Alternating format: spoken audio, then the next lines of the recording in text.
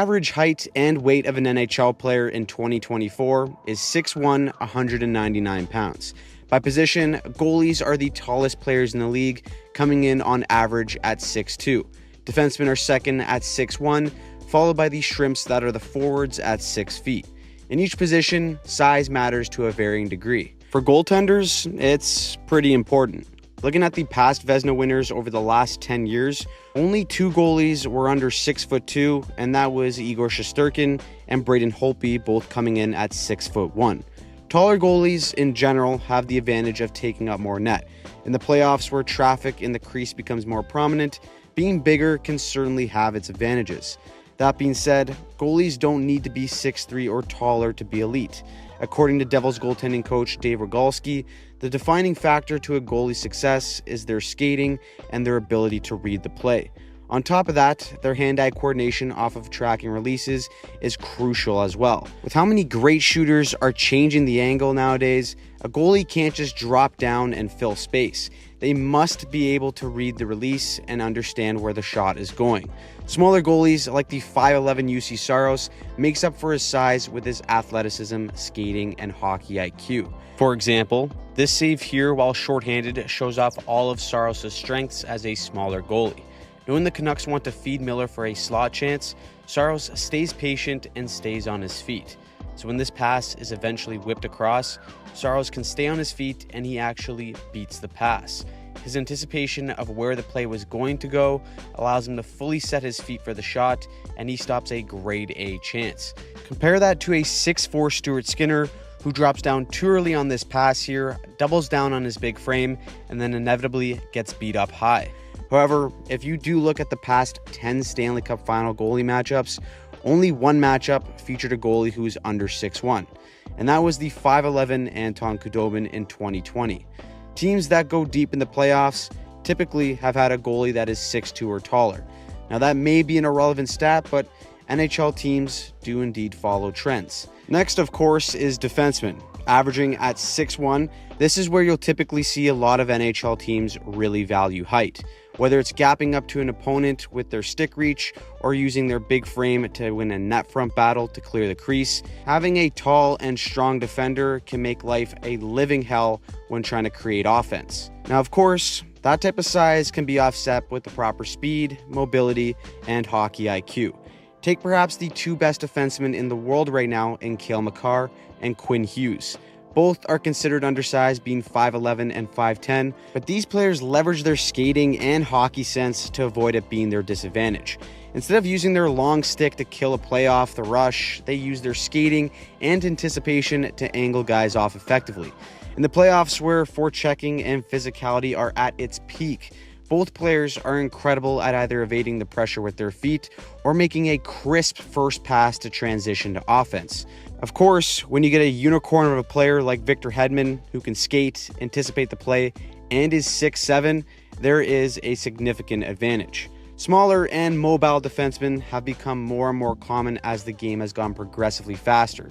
Yet, the last 2 Stanley Cup champs haven't had anyone on their D-core who's under 6 feet. With the level of physicality and wall battles that commonly occur in the playoffs, teams are and will continue to build D-cores that can withstand the grind of the postseason. Now, where people really start to question whether or not size matters in hockey is with forwards. With forwards being the smallest on average out of all the positions, we have tons of examples of smaller players having success.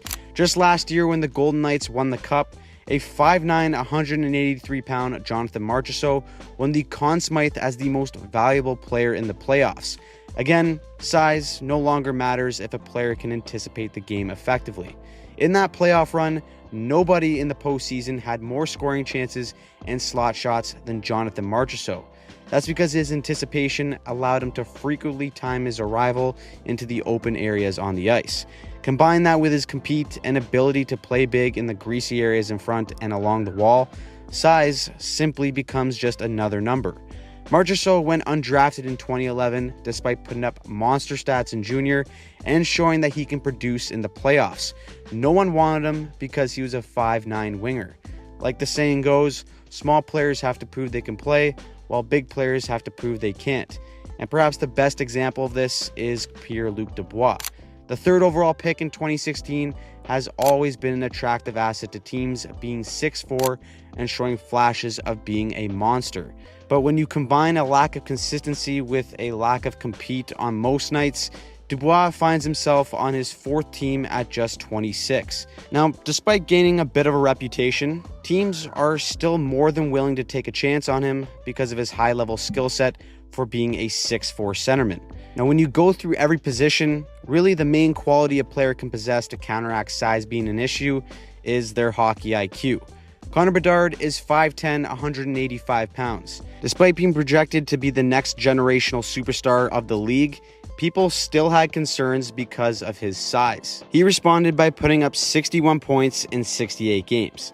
And when you look at how he produced offense this season, a lot of it came from his lethal shot. However, in order to use that deadly release, he consistently found ways to put himself in high-danger scoring areas with his off-puck routes.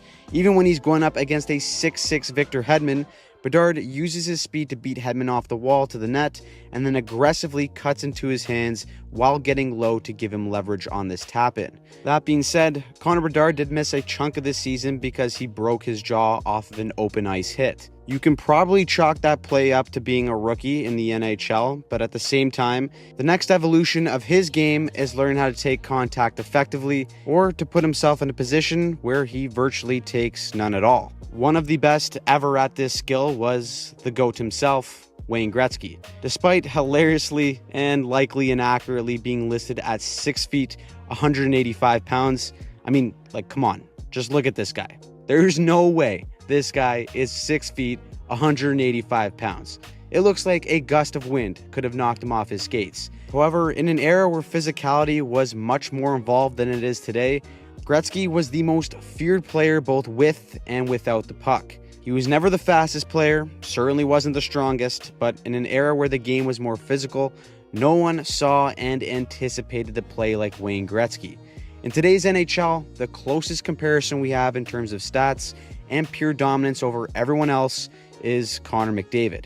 McDavid is essentially average compared to his peers in terms of height and weight, but what makes him truly the best in the world is his ability to read the game at warp speed.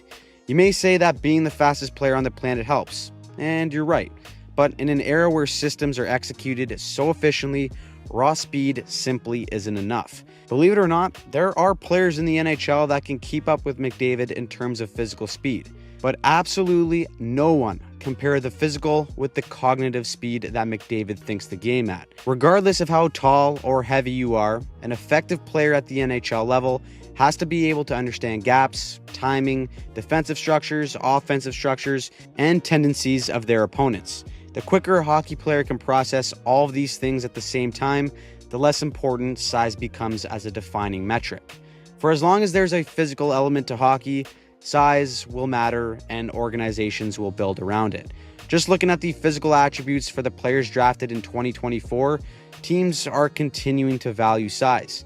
With the Florida Panthers winning the Stanley Cup by playing an aggressive and physical style of hockey, it's likely that we're going to see teams construct their rosters to both combat and use this style of play. Just looking within their division, the Boston Bruins look like they're building a blue line that can withstand a physical style of game. The NHL is a giant pendulum that is constantly swinging between speed and skill and size and physicality. When organizations swing too far in one direction, they get exposed. Strike the perfect balance, and you put yourself in a position to do something special.